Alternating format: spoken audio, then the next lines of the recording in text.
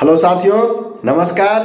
मैं आशीष कुमार आपके अपने प्यारे से YouTube channel sunrise rail update में आप सभी लोग का हार्दिक स्वागत करता हूं। जी हाँ साथियों, आज आप लोगों के बीच में मैं ऐसे मुद्दे या ऐसा वीडियो लेके आया हूं जो आए से बीते दिन जो हमने वीडियो डाला था उस पर आप लोगों का जो क्वेश्चन था या कमेंट्स था, तो मैं सभी लोग का जवाब दे पाता हूं, लेकिन उसमें से भी कुछ लोग ऐसे होते हैं जिनका जवाब छूट जाता है देने से, और लगभग वही क्वेश्चन कई बार आता है। तो मैं सोचा कि चलो वो ऐसे सिलेक्टेड 15 कमेंट्स हैं जिनको मैं बारी बारी से एक्सप्लेन करूंगा, व्याख्या करूंगा कि क्या इसका सही जवाब हो सकता है। तो साथियों, ये वीडियो बहुत ही महत्वपूर्ण होने वाला है, तो आप लोग से हाथ जोड़ के निवेदन है कि वीडियो को शुरू से अंत तक देखें। और हर बार की भांति इस बार भी मैं आपसे कहना चाहता हूं कि अगर आप हमारे चैनल से नए जुड़े हैं और हमारे वीडियो को वॉच कर रहे हैं तो हमारे चैनल को सब्सक्राइब करना ना भूलें, क्योंकि साथियों मैं हमेशा आपके लिए अपडेट भरी वीडियो लाने का काम करता हूं। तो साथियों चलता हूं मैं आज के पहला क्वेश्चन के ऊपर। तो पहला क्वेश्चन जो पूछा गया है वो रवि ठाकुर के द्वारा पूछा गया है। ये कहते हैं, पूछते हैं कि सर सेम ग्रेड वाले को भी बॉटम सेनियरिटी का फॉर्म लगेगा क्या?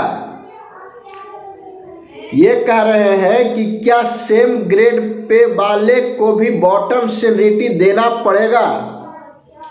तो साथियों मैं बहुत सारे वीडियो बनाया हूं, उसमें मैं जिक्र किया हूं कि जो बॉटम सेनियरिटी का जो एप्लीकेशन है नहीं देने पे लगभग केसेज में फाइल रिजेक्ट होती है।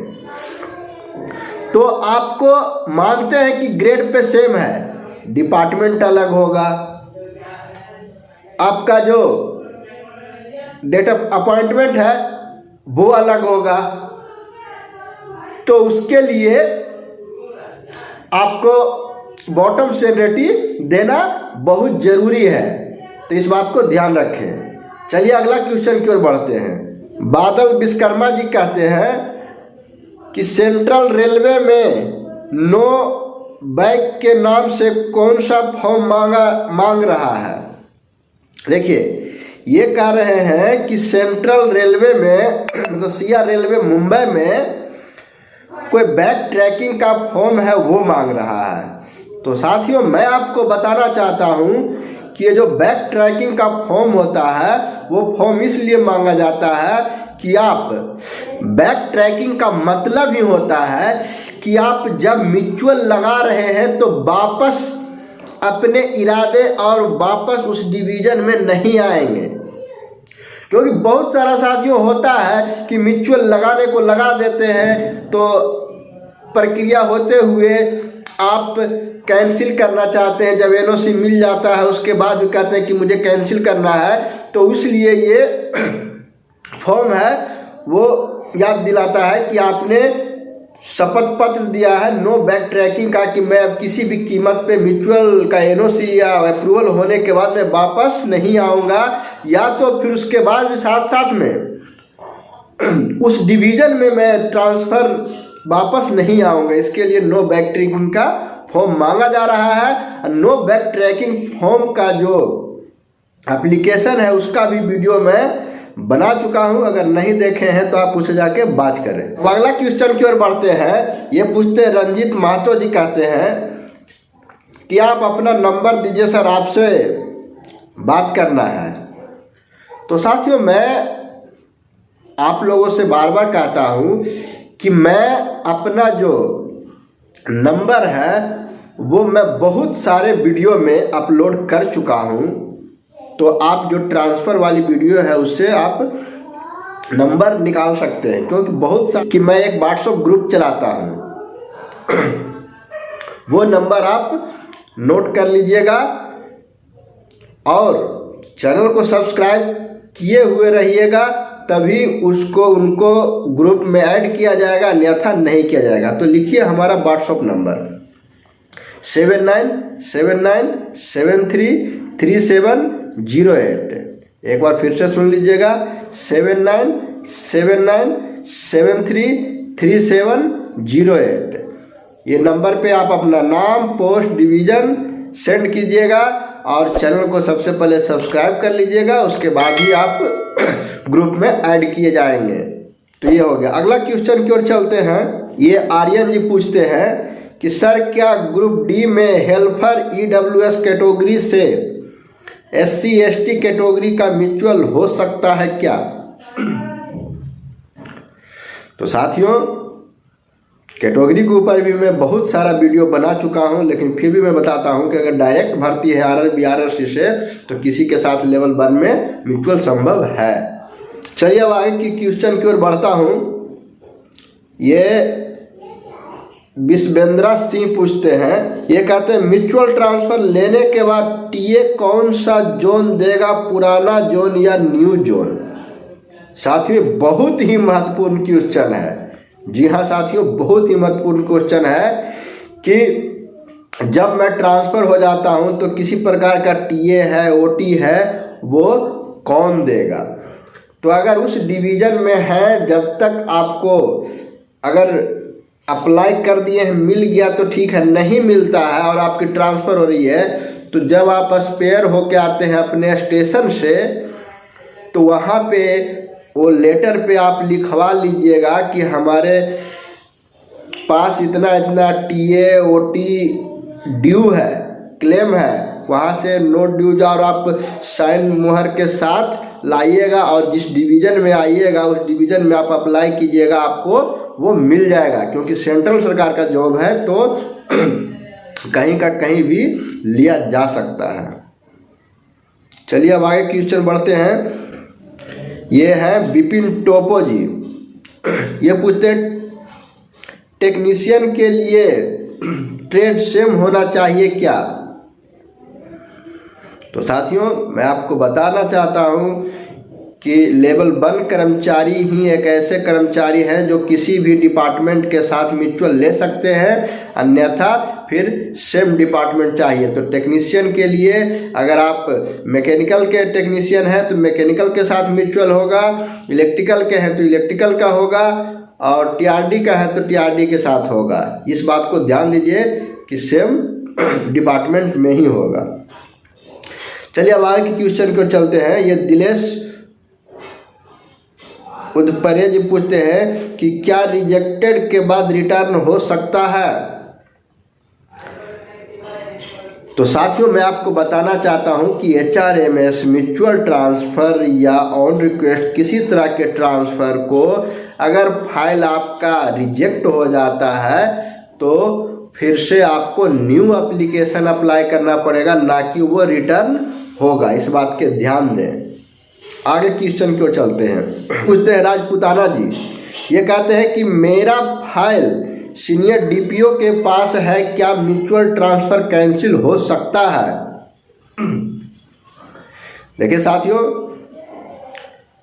मैं आपको बताया हूं कि म्यूचुअल को आप किस तरह से कैंसिल कर सकते हैं, रद्द कर सकते हैं, उसके ऊपर भी मैं वीडियो बना चुका हूं, लेकिन फिर भी मैं यहाँ पे आपको बताना चाहता हूं कि ये ऐसा आप लोग काम ही क्यों करते हैं जो म्यूचुअल को लगाते हैं और उसे कैंसिल करवाना चाहते हैं। मैं बार बार कहता हूं कि आप म्यूचुअल जब भी लगाएं तो एक बार कंफर्म होकर लगाएं, फिर आगे पीछे ना हो। लेकिन खैर, मैं बताना चाहता हूं कि अगर आपका NOC ग्रांट नहीं हुआ है तो आप कैंसिल करवा सकते हैं, लेकिन हाँ, उसमें आपको ठोस रीज़न देना पड़ेगा लिखित में। अगर प्रशासन को लगेगा कि इसका रीज़न जायज़ है तो कैंसिल होगा, अन्यथा नहीं होगा। ये अब अगला क्वेश्चन क्यों चलते हैं। ये बादल कृष्णा जी हैं। ये पूछते हैं APO रिजेक्ट कर दिए हैं, कैसे देखें रीजन? देखिए क्या कह रहे हैं बादल जी, कह रहे हैं कि APO रिजेक्ट कर दिए हैं, रीजन कैसे देखें?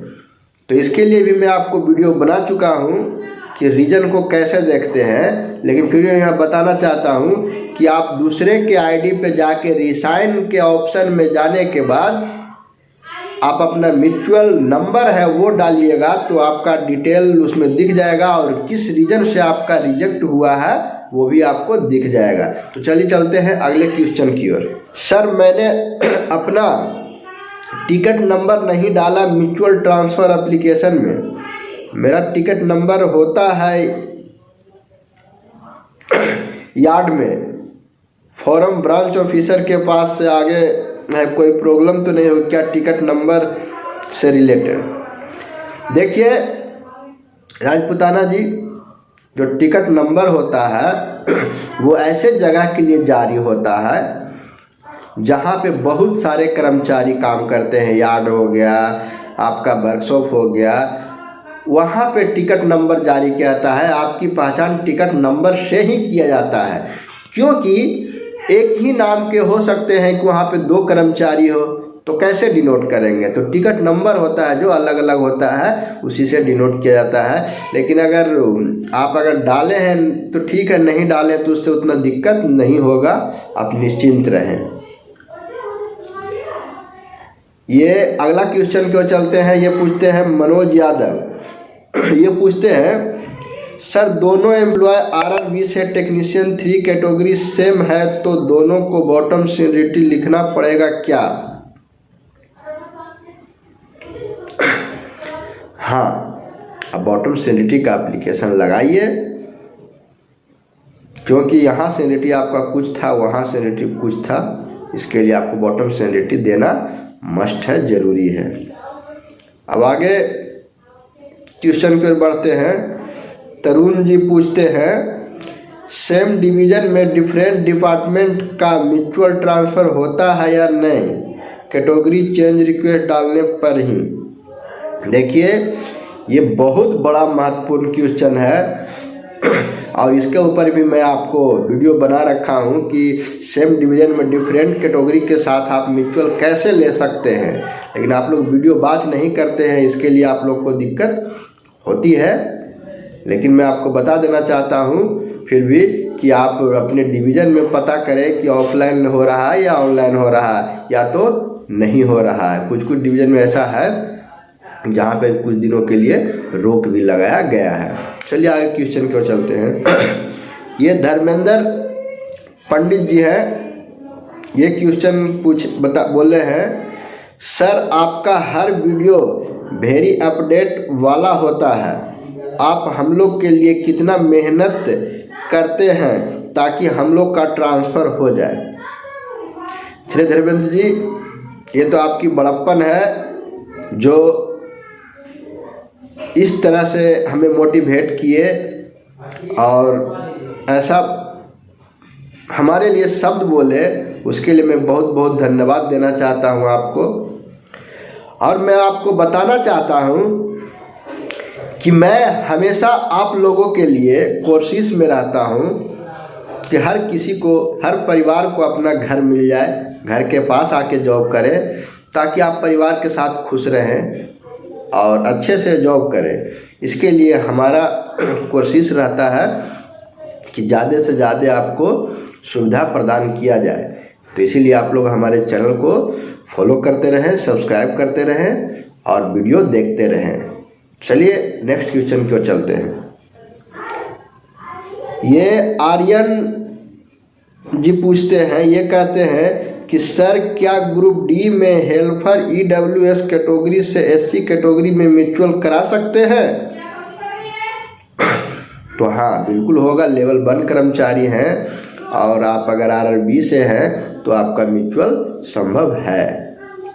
और विशेष जानकारी के लिए आप हमारे कैटेगरी रिलेटेड वीडियो को देखना ना भूलें। अब अगला है जो नरेश कुमार सोलंकी जी पूछते हैं, कहते हैं DRM रिजेक्ट कर दिए हैं तो क्या होगा, आगे फिर से करना होगा या वही फाइल आगे बढ़ेगा? तो आपको मैं बताना चाहता हूं नरेश जी कि संभवतः जितने भी रिजेक्टेड फाइल होते हैं तो फिर से आपको नया फाइल अप्लाई करना पड़ेगा। आपकी प्रक्रिया जो होगी वो शुरू से हो जाएगा, शुरुआत से हो जाएगा। अगर फाइल आपकी रिटर्न होती तो संभवतः था कि आपको उसके जहाँ से हुआ वहीं पे काम आपका होता, लेकिन इस कंडीशन में आपका जो है फिर से लगाना पड़ेगा और फिर से आपकी प्रक्रिया चलेगी। तो समझ गए। तो साथियों, यही जो था आज के सिलेक्टेड 15 कमेंट्स थे, और जिन लोगों ने कमेंट्स किए थे उनको मैं बहुत बहुत धन्यवाद देना चाहता हूं कि आपने हमसे अपनी बात को शेयर किए और अपनी समस्या को बताएं। और मैं कोशिश किया कि इस छोटे से वीडियो में मैं अच्छी जानकारी देने का कोशिश किया हूं। तो आप लोग से भी गुजारिश करना चाहता हूं कि आपके भी मन में अगर किसी तरह के किसी प्रकार के ट्रांसफ़र रिलेटेड या रेलवे डिपार्टमेंट संबंधी किसी तरह के आपका क्वेश्चन हो तो बेहिचक कमेंट बॉक्स में कमेंट कर सकते हैं, मैं उसका जवाब दूंगा आपके लिए। अगर किसी तरह का आपको वीडियो की ज़रूरत है कि सर इसके ऊपर वीडियो बनाइए, तो आप बोलिएगा तो मैं उसके ऊपर भी वीडियो लाने का कोशिश करूँगा। तो साथियों, मैं उम्मीद करता हूं कि ये वीडियो आपको अच्छा लगा होगा, और अच्छा लगा हो तो लाइक शेयर सब्सक्राइब जरूर करें।